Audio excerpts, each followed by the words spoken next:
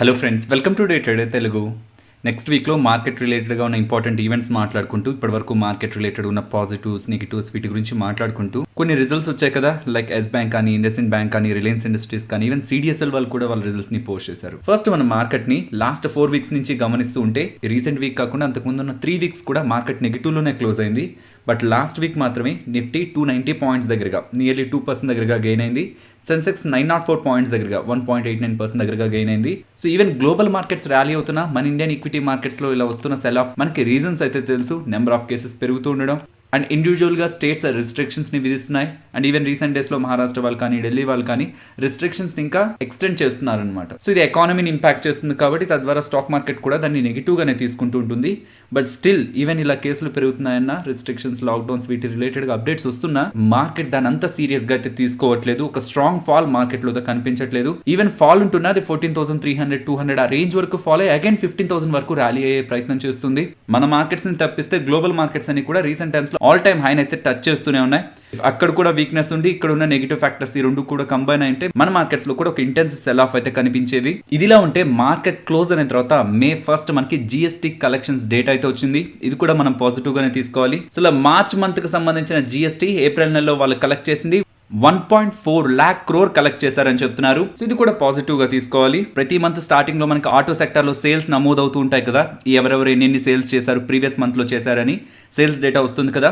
April నెలలో ఎవరెవరు ఎంత సేల్స్ చేశారని ఆటో సెక్టార్ లో ఉన్న కంపెనీ ఆల్రెడీ వాళ్ళ సేల్స్ అయితే పబ్లిష్ చేయడం జరిగింది.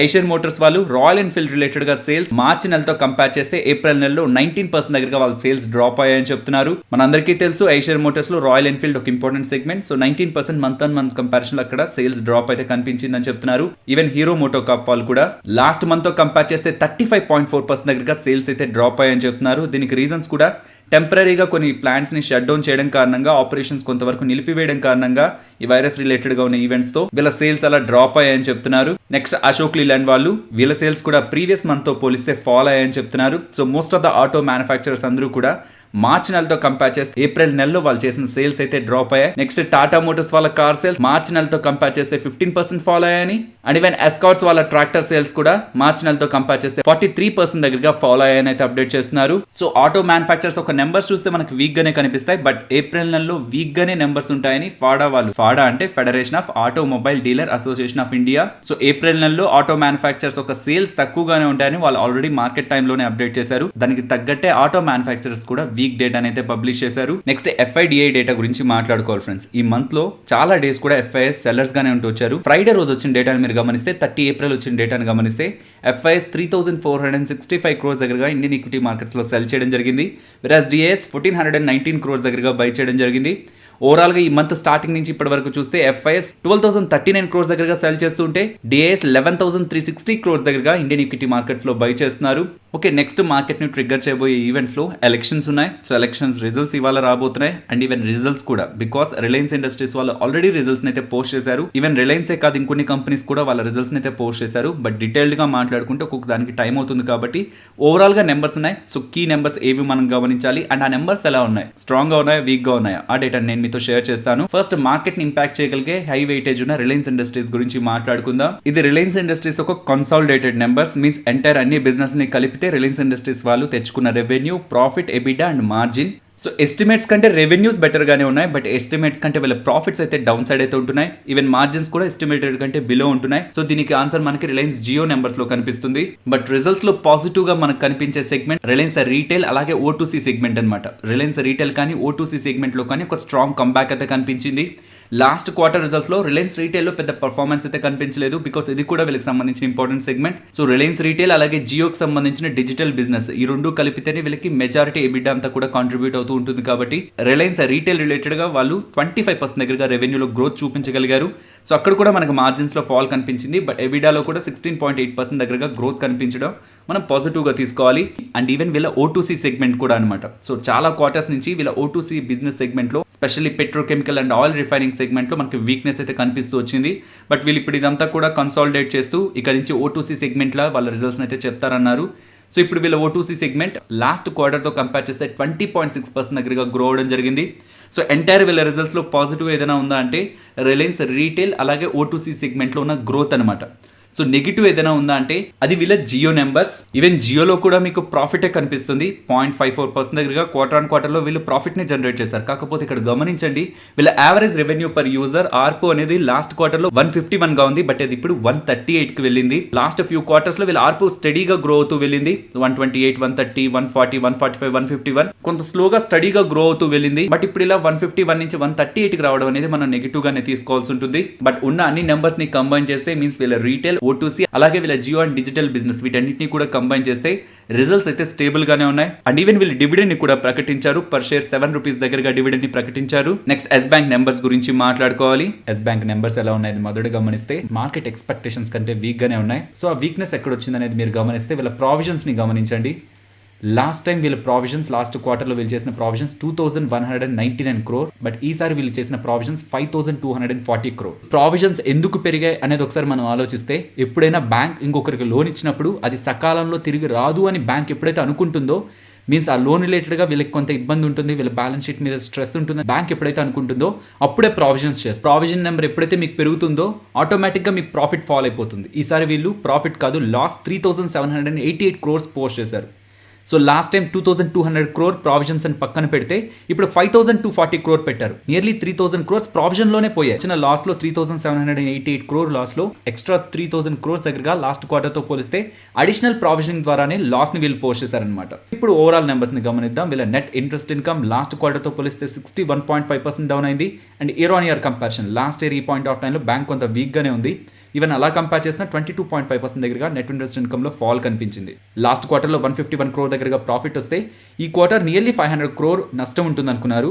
సో బ్లూంబర్గ్ వాళ్ళు, సిఎన్బిసి వాళ్ళు నియర్లీ 1000 crore దగ్గరగా నష్టం ఉంటుంది అనుకున్నారు. బట్ వీళ్ళు 3788 crore దగ్గరగా లాస్ ని పోస్ట్ చేశారు. ఇవి చూడడానికి ఏముండదు, రిటర్న్ ఆన్ అసెట్స్ కానీ రిటర్న్ ఆన్ ఈక్విటీ కానీ వీళ్ళ ప్రాఫిట్స్ ని పోస్ట్ చేస్తే కదా అక్కడ రిటర్న్ కనిపిస్తుంది. వీళ్ళ నెట్ ఇంట్రెస్ట్ మార్జిన్ చూడండి 1.6, అండ్ ఈవెన్ వీళ్ళ కాస్ట్ టు ఇన్కమ్ రేషియో కూడా 89.7 దగ్గర ఉంది.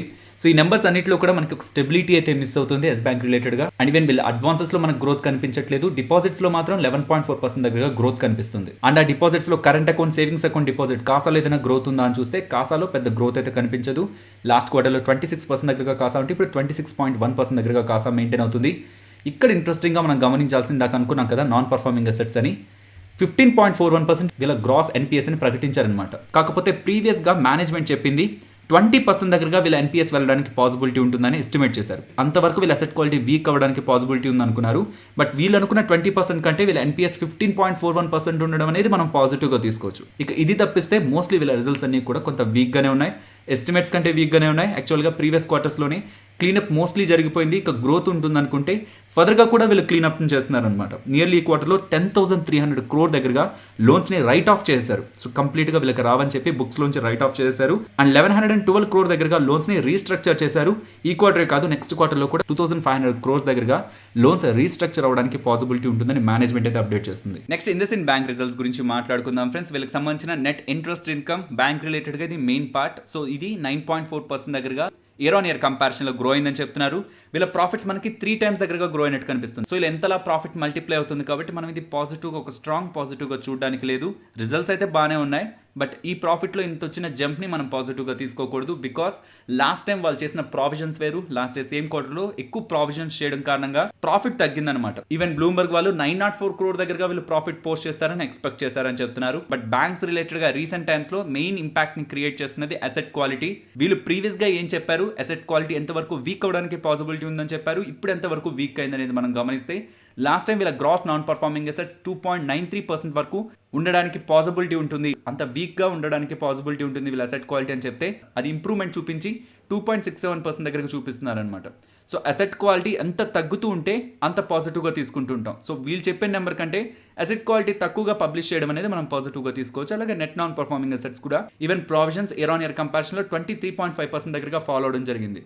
కాబట్టే మనకి వీళ్ళ ప్రాఫిట్స్లో జంప్ అయితే కనిపించింది. నెక్స్ట్ సిడిఎస్ఎల్ గురించి మాట్లాడుకోవాలి. సిడిఎస్ఎల్ వాళ్ళు కూడా మంచి నెంబర్స్ ని పోస్ట్ చేశారు. సో నెంబర్స్ లాస్ట్ క్వార్టర్ తో పోలిస్తే కొంత వీక్ గా ఉన్నాయి. బట్ ఈ నెంబర్స్ కూడా సిడిఎస్ఎల్ రిలేటెడ్ గా మనం స్టేబుల్ గానే తీసుకోవచ్చు. ఈవెన్ వీళ్ళు కూడా 9 rupees per share డివిడెండ్ అయితే ప్రకటించడం జరిగింది. నెక్స్ట్ నిఫ్టీ అలాగే bank Nifty support and resistance మాట్లాడుకుందాం ఫ్రెండ్స్. నిఫ్టీ సపోర్ట్ 14,540 దగ్గర గమనిస్తున్నాను. రెసిస్టెన్స్ 14,750 దగ్గర. Next bank Nifty support 32,240 and resistance 33,170. Next Nifty option chain ని మాట్లాడుకుందాం. ఇప్పుడు మీరు చూస్తున్నది 27th May monthly expiry contract data. So ఇక్కడ నుంచి డౌన్ సైడ్ కి వెళ్తుందంటే ఇక్కడున్న ఓఐ అంతా గమనిస్తురండి, ఎక్కడ ఎక్కువగా బిల్డ్ అవుతుంది. స్ట్రాంగ్గా ఓవరాల్ ఓఐ కానీ ఇంట్రాడేలో కూడా పాజిటివ్ డేటా బిల్డ్ అవుతున్నది. ఎక్కడ 14,000 దగ్గర ఎక్కువగా బిల్డ్ అవుతుంది. 14,500 దగ్గర కూడా మనకు కనిపిస్తుంది. బట్ ఇంట్రాడే సెషన్స్ లో అక్కడ పాజిటివ్ డేటా బిల్డ్ అవ్వట్లేదు. సో డౌన్ సైడ్ కి వెళ్తుంటే 14,000 మనకి ఇంపార్టెంట్ సపోర్ట్ గా కనిపిస్తుంది. అండ్ టాప్ సైడ్కి వస్తుంటే గమనించండి, ఇక్కడ ఏ లెవెల్ దగ్గర ఎక్కువ రైటింగ్ కనిపిస్తుంది, 15,000 దగ్గర. అండ్ ఇంట్రాడేలో కూడా స్ట్రాంగ్గా రైటింగ్స్ అయితే కనిపిస్తున్నాయి. So 14,000 to 15,000 in between maintain అవుతుందని కాల్ అలాగే పుట్ రైటర్స్ అయితే భావిస్తున్నారు. బట్ అది 1000 పాయింట్ రేంజ్ అవుతుంది. సో రీసెంట్ డేస్లో మనం గమనిస్తున్నాం. సో 14,300, 200 ఆ రేంజ్ వరకు ఫాలో అవుతుంది. అండ్ అగైన్ 15,000 వరకు వస్తుంది. కాబట్టి 14,300 బ్రేక్ చేసి డౌన్ సైడ్ క్లోజ్ అవ్వనంత వరకు కూడా 14,300 to 15,000 in between Nifty move అవుతుందని మనం ఎక్స్పెక్ట్ చేయొచ్చు. ఫైనలీ ఇది ఫ్రెండ్స్ మన వీడియో. నచ్చితే వీడియోని లైక్ చేయండి ఫ్రెండ్స్. అండ్ ఈ వీడియో మన వాళ్ళకి యూజ్ అవుతుంది అనుకుంటే తప్పకుండా షేర్ చేయండి. అండ్ మన ఛానల్ని సబ్స్క్రైబ్ చేయనట్లయితే ఛానల్లో ఉన్న కంటెంట్ని గమనించండి. ఇఫ్ ఆ కంటెంట్ మీకు ఇంట్రెస్టింగ్ అనిపిస్తే ఛానల్ని సబ్స్క్రైబ్ చేసి పక్కనే ఉన్న బెల్ ఐకాన్ క్లిక్ చేయండి. మరొక ఇంట్రెస్టింగ్ వీడియోతో మళ్ళీ మీ ముందుకు వస్తాను. అంతవరకు టేక్ కేర్. జై హింద్.